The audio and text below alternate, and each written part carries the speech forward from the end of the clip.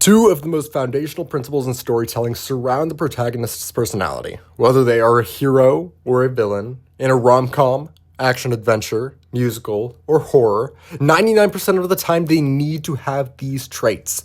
Number one, they are an active protagonist, making decisions for themselves rather than constantly letting things happen to them. Number two, and I don't see this one touched on in education very often, so listen up. When they make these active decisions, they are different from the ones that other characters would make in this world. It doesn't necessarily have to be surprising. We, the audience, can expect it, but in almost all cases, they need to take that action and react differently than your average character.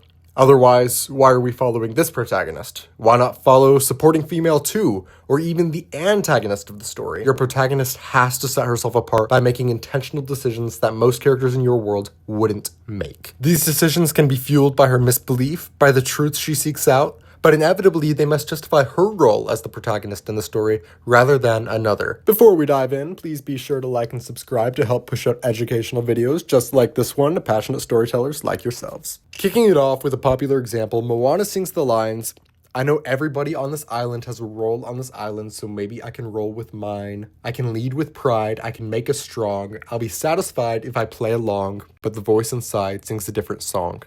What is wrong with me?" So here, Moana is essentially expressing this frustration she has. Everyone else can tell themselves, I'm satisfied living on this island. In fact, no one else is actually even playing along in the first place. They genuinely live a satisfied existence on this island, and that's okay. But Moana is different. Why is she the protagonist of the story that we follow? Because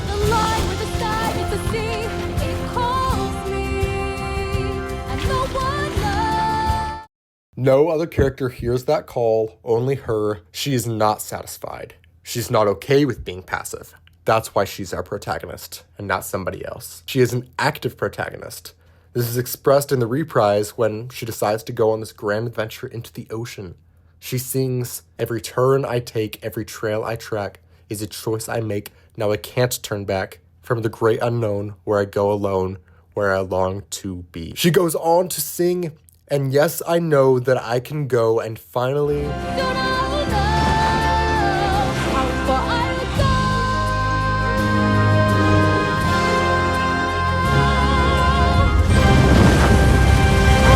Another example. In How to Train Your Dragon, Hiccup longs to be a warrior like his father, but initially falls flat.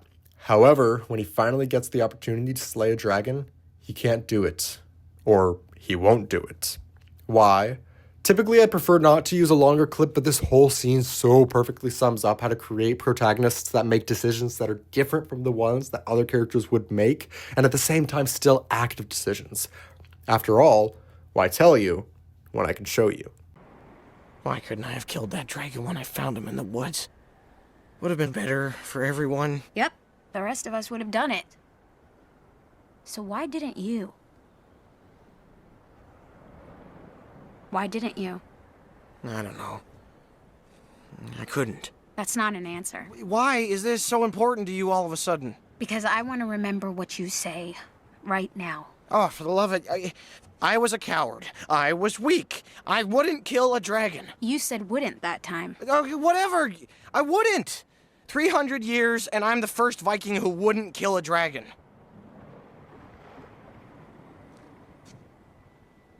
First to ride one, though. See? Lovely. Told you it'd be worth it.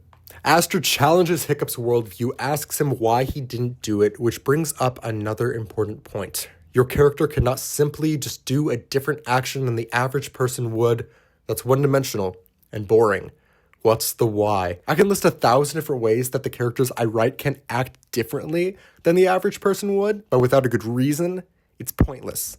They simply become a machine for your plot, not a living, breathing, alive character that we can relate to, root for, and cry for. And as Robert McKee points out in his popular book Story, character is plot. Plot is character. Want a good plot? Write good characters. At the end of the day, you need to ask yourselves these 3 questions when writing protagonists. Write this down. Number 1, is my protagonist the one actively making decisions? Or is stuff just happening to them? If it's the latter, it's either time to find a new protagonist or workshop yours. Number 2, if I do have an active protagonist, why him? Is he making decisions different from the ones that everyone else would make? Why is he interesting? And finally, number 3, why? Why is he making the decisions that he makes? Remember, character is plot. Plot is character. Bad character equals bad story. Thanks for watching.